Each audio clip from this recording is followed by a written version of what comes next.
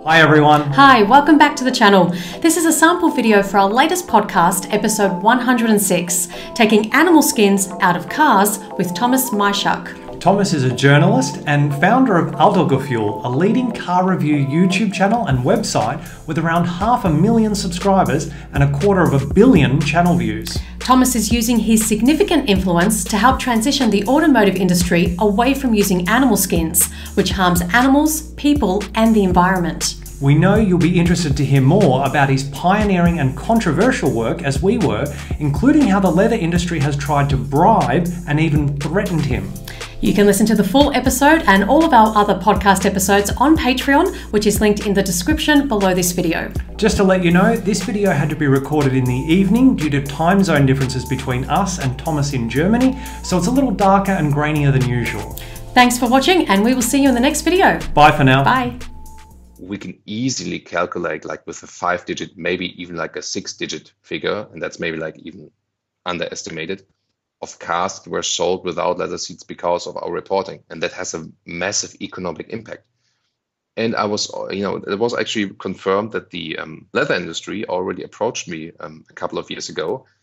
And they first tried like this threatening tactic, saying like, yeah, this is all wrong what you're saying, it's not true, and we are very sustainable, we are animal friendly, and it's all bullshit what you're talking. And they even got like things like, we know where you live, we have read your website, we have the address and stuff, like really creepy stuff.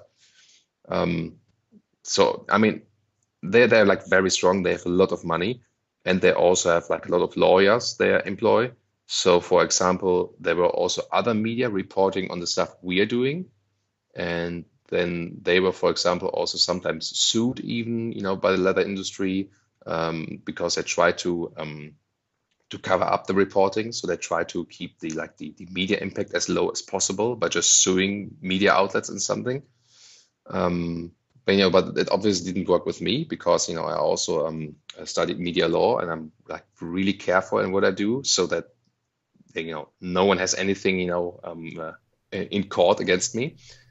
And so then like a couple of years ago, they tried the other tactic and saying like, we can't threaten you. That obviously doesn't work. So let's just bribe you, And then they're like, this was like so stupid, really. So like, they approached me and saying like, here got $15,000, like just as a start, just as a welcome gift. And then later on, we can talk about more money. And you just say like, animal leather is like great and sustainable and animal friendly, and it's like a very sustainable industry. And we're all just using the waste products, and so you just sell it and get a little bit richer and everything is fine, and I just like you. So and this actually was for the whole campaign, it was the best thing that could happen actually, like when you look back, because I just published that, and even people who were like basically anti-vegan realized, I mean, what is happening there? Why is that industry like fighting and struggling against like journalists and YouTubers?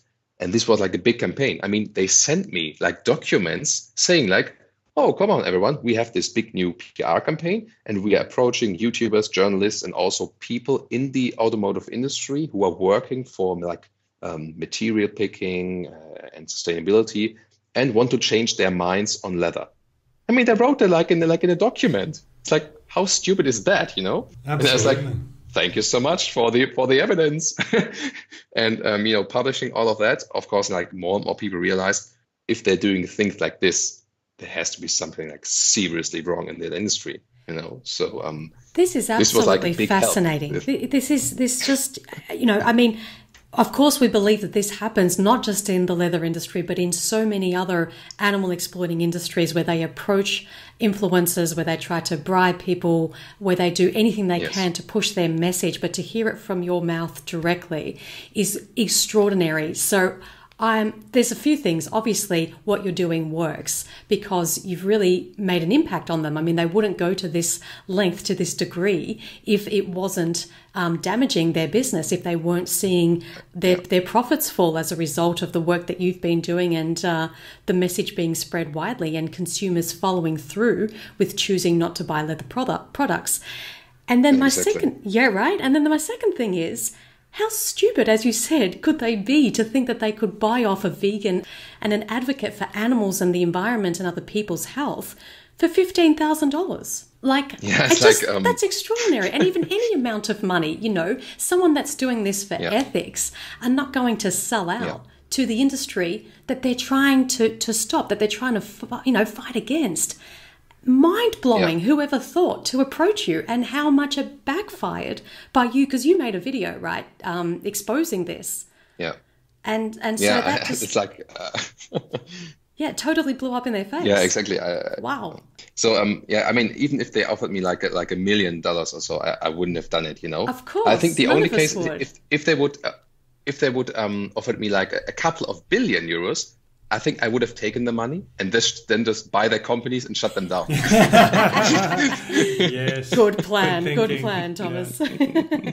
Thomas, going back to your video, my message to car CEOs, it has over 30,000 views now and over 1,200 comments. And I was reading some of the top comments, and this one in particular stood out for me, which I'd just like to read out for our listeners.